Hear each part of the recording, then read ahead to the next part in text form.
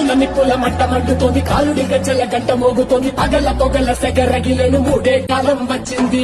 చుక్కలు నెలకు రాలిపోయే వేళ, దిక్కులు అన్నీ తేలిపోయే వేళ, సింగపు నడకల సింగారి రూపాల మృత్యువు వచ్చింది.